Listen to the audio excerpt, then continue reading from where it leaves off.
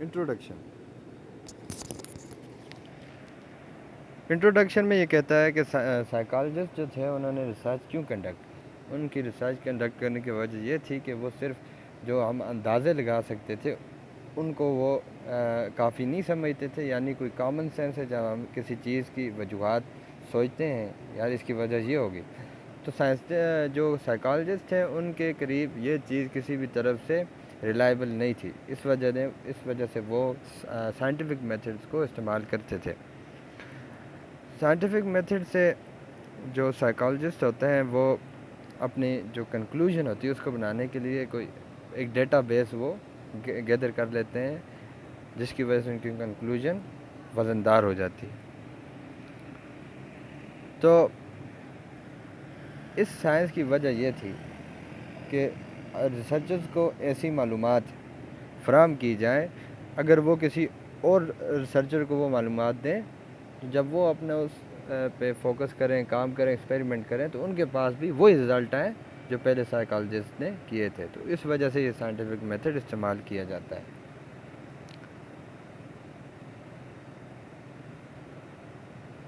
جو scientific method of research یہ کیا ہے؟ یہ ایک ایسی اپروچ ہے جو کہ سائیکالوجسٹ استعمال کرتے ہیں تاکہ وہ مختلف بیہیویئرز اور فنامنا کے بارے میں سسٹمیٹکلی نالج اور اس کی انڈرسٹینڈنگ ایکوائر کر سکیں، یعنی اسے سمجھ سکیں ایک سسٹمیٹک وے میں۔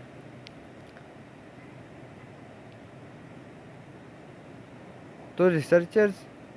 سائیکالوجیکل فنامنا کو کس طرح انویسٹیگیٹ کرتے ہیں؟ اس کا سمپل سا آنسر ہے، ریسرچرز یہی سائنٹیفک اسٹڈی میتھڈ کو استعمال کرتے ہیں یہ جاننے کے لیے کہ مختلف لوگ مختلف چیزیں اس طرح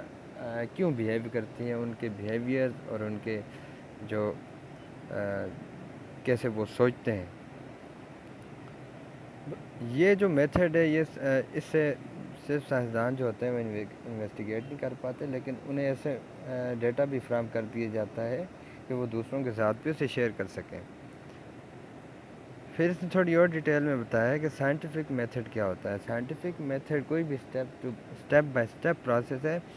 جس کو فالو کر کے ریسرچر جو ہے وہ دو یا دو سے زیادہ ویریبلز کے مابین جو ریلیشن شپ ہے اسے آئیڈینٹیفائی کر سکیں۔ اسی طرح آپ نے دیکھا ہوگا بہت ساری ججمنٹ جو ہوتی ہیں سوشل سائنٹسٹ اور سائیکالوجسٹ کی طرف سے روز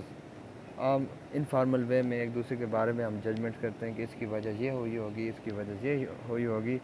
لیکن یہ سب چیزیں سبجیکٹو ہیں، یعنی person to person, individual to individual vary کر سکتی ہیں، اس وجہ سے ریلائبل نہیں ہے۔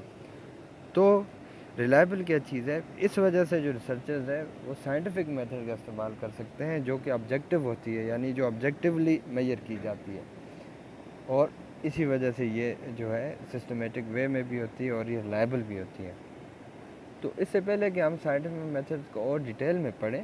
کچھ کی ٹرمز ہیں جن کا جاننا آپ کے لیے ضروری ہے۔ سب سے پہلے ہائپوتھیسس ہوتا ہے کسی بھی چیز یا بیہیویئر یا کسی فنامنا کے بارے میں جب آپ اپنا ایجوکیٹڈ گیس کرتے ہیں کہ ان دو ویریبلز کے درمیان یہ ریلیشن ہوگا، ایک کا بڑھنے سے یہ بھی بڑا ہوگا، اس طرح کی جو گیس ہوتا ہے آپ کا اسے کیا کہتے ہیں؟ ہائپوتھیسس کہتے ہیں۔ تو دوسرا ویریبل کوئی بھی ایسا فیکٹر اور ایلیمنٹ ہے جو کہ